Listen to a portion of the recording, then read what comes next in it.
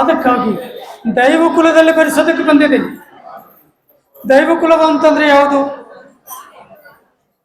ದೇವಲೋಕದಿಂದ ಭೂಲೋಕಕ್ಕೆ ಇಳಿದು ಬಂದೈತ, ಅಥವಾ ಅದು ಬ್ರಾಹ್ಮಣರ ಕುಲನ, ಕ್ಷತ್ರಿಯರ ಕುಲನ ಅಂತ ನೀವು ಪ್ರಶ್ನೆ ಮಾಡಬಹುದು.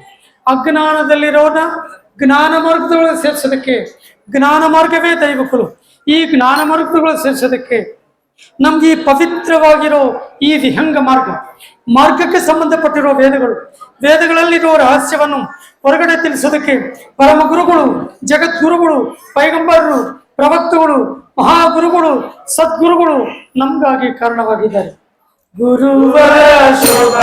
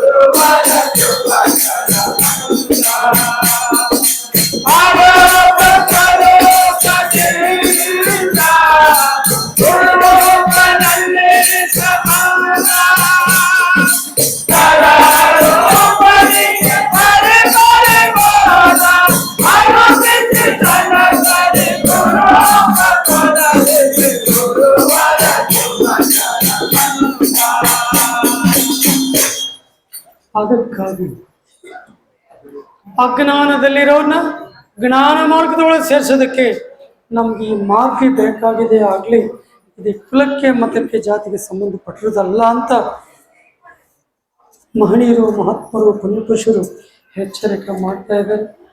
ಆದರೆ ಇವತ್ತು ಇಲ್ಲಿ ಕುತ್ಕೊಂಡು ಈ 2-3 ಮಾತುಗಳು ಮಾತಾಡ್ತಾ ಇದ್ದೀವಿ. ನಮ್ಗಿತ್ಲು ಅಜ್ಞಾನಸ್ಥರು ಇನ್ನೊಬ್ರು ಇರಲ್ಲ. ಯಾಕಂದ್ರೆ ಮಹನೀಯರು, ಮಹಾತ್ಮರು ಅವನು ಏನಂತ ಹೇಳಿದ್ದಾರೆ?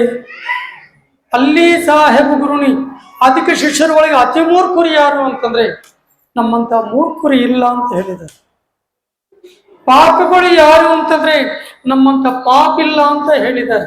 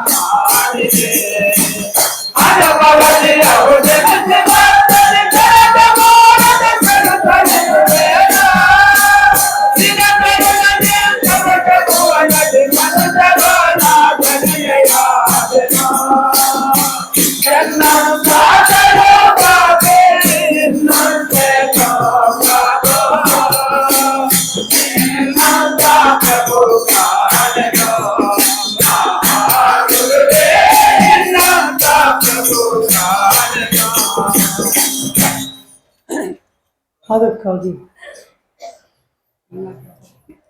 ಮಹನೀಯರು, ಅವರು ನಮ್ಮಂತ ಪಾಪಿಗಳೇ ಇಲ್ಲ, ನಮ್ಮಂತ ದ್ರೋಹಿಗಳೇ ಇಲ್ಲ ಅಂತ ಅವರೇ ಹೇಳ್ಕೊಂಡಿರುವಾಗ ಅವರು ಪಾದಧೂಳಿಯಲ್ಲಿ ಅಣುರೇಣುವಷ್ಟು ಕೂಡ ಸಮಾನವಾಗಲ್ಲ. ಮತ್ತೆ ನಾವೇ ಮಾತಾಡ್ತಾ ಇದ್ದೀವಿ ಅಂತಂದ್ರೆ ನಮ್ಗಿತ್ಲು ಅಜ್ಞಾನಸ್ಥರಿರಲ್ಲ. ಏನೋ ನಿಮ್ಮಂತ ಪುಣ್ಯಪುರುಷರ ಹತ್ರ ತಿಳ್ಕೊಂಡಿರೋ ಈ 2-3 ಮಾತುಗಳೇ ನಿಮ್ಮ ಮುಂದೆ ಮಾತಾಡೋದಕ್ಕೆ ಈ ಅಮೂಲ್ಯವಾಗಿರೋ ಅವಕಾಶವನ್ನು ಇಲ್ಲಿ ಶ್ರೀ ಶ್ರೀ ಶ್ರೀ ಸದ್ಗುರು ಗೋವಿಂದಪ್ಪ ಸ್ವಾಮೀಜಿಯವರ ಟ್ರಸ್ಟ್ನವರು ನಮ್ಗೆ ಈ ಒಳ್ಳೆಯ ಅವಕಾಶವನ್ನು ನಮ್ಗೆ ಮಾಡಿಕೊಟ್ಟಿದ್ದಾರೆ. ಮತ್ತು ಇವತ್ತು ಈ ಕಾರ್ಯಕ್ರಮದೊಳಗೆ ನಾವು ಸೇರಿದ್ದೀವಿ. ಯಾವ ಉದ್ದೇಶದಿಂದ ಸೇರಿದ್ದೀವಿ, ಏನಕ್ಕೆ ಸೇರಿದ್ದೀವಿ ಅಂತಂದ್ರೆ ಪುಣ್ಯಪುರುಷರು, ಮಹನೀಯರು, ಮಹಾತ್ಮರು ಒಂದು ಮಾತು ಹೇಳ್ತಾರೆ ಪೂಜ್ಯರು ಶಿವಾರ್ಯರು.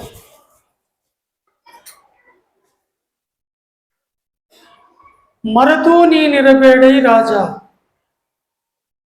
ಅಂತಂದ್ರೆ ನಾವು ಮರೆಯಬಾರದು. ಏನು ಮರೆಯಬಾರದು?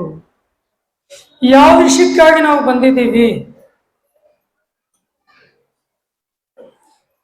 ಏನು ಮಾಡಿದ್ರೆ ನಮ್ಮ ಜನ್ಮ ಸಾರ್ಥಕವಾಗುತ್ತೆ,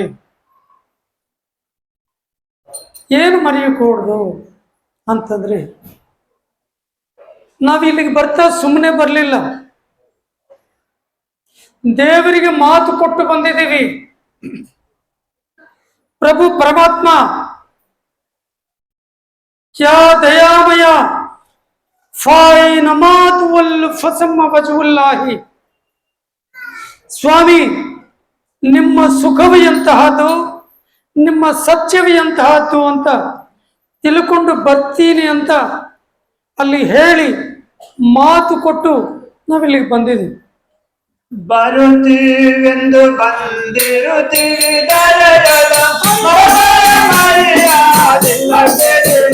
ನೀವು ಸಂಜಾರದಿರಿ ಜಗವಂತು ಗುರುವಿನ ಕೂಡಿರಿ ಸಾಗರ ಸಂಸಾರದ ಟಿಪ ನೋಡಿರಿ ನೀವು ಸಂಜಾರದಿರಿ ಜಗವಂತು ಗುರುವಿನ ಕೂಡಿರಿ. ಅದಕ್ಕಾಗಿ ತಕ್ಷಣವೇ ಗುರುಗಳನ್ನ ಆಶ್ರಯ ಮಾಡಬೇಕು. ನಾವು ಅಲ್ಲಿ ಹೇಳಿ ಬಂದಿರೋ ಮಾತು ಬರ್ತು ಬಿಡ್ತಾ ಇದ್ವಿ. ಅಲ್ಲಿ ಏನೇ ಹೇಳಿದ್ದೀವಿ ನಾವು, ಸ್ವಾಮಿ ನಿಮ್ಮ ಸುಖವು ನಿಮ್ಮ ಸತ್ಯವನ್ನು ತಿಳ್ಕೊಂಡು ಬರ್ತೀನಿ ಅಂತ ಅಲ್ಲಿ ಹೇಳಿ ಇಲ್ಲಿಗೆ ಬಂದು ಏನು ಮಾಡ್ತಾ ಇದ್ದೀವಿ ಅಂತಂದ್ರೆ, ನಾವು ನೋಡ್ತಾ ಇರೋ ಈ ಸುಖವೇ ಇದೇ ನಿಜವಂತ ಅನ್ಕೊಳ್ತಾ ಇದ್ದೀವಿ. ನಾವು ಮಾಡೋ ವೃತ್ತಿ ವ್ಯವಹಾರವೇ, ನಾವು ಮಾಡೋ ಉದ್ಯೋಗನೇ, ನಾವು ಮಾಡೋ ವ್ಯಾಪಾರನೇ, ನಮ್ಮ ಹೆಂಡತಿ ಮಕ್ಕಳು ಇದೇ ನಿಜವು ಅಂತ ಅನ್ಕೊಳ್ತಾ ಇದ್ದೀವಿ. ಇದು ನಿಜವಾಗಿರೋದಲ್ಲ.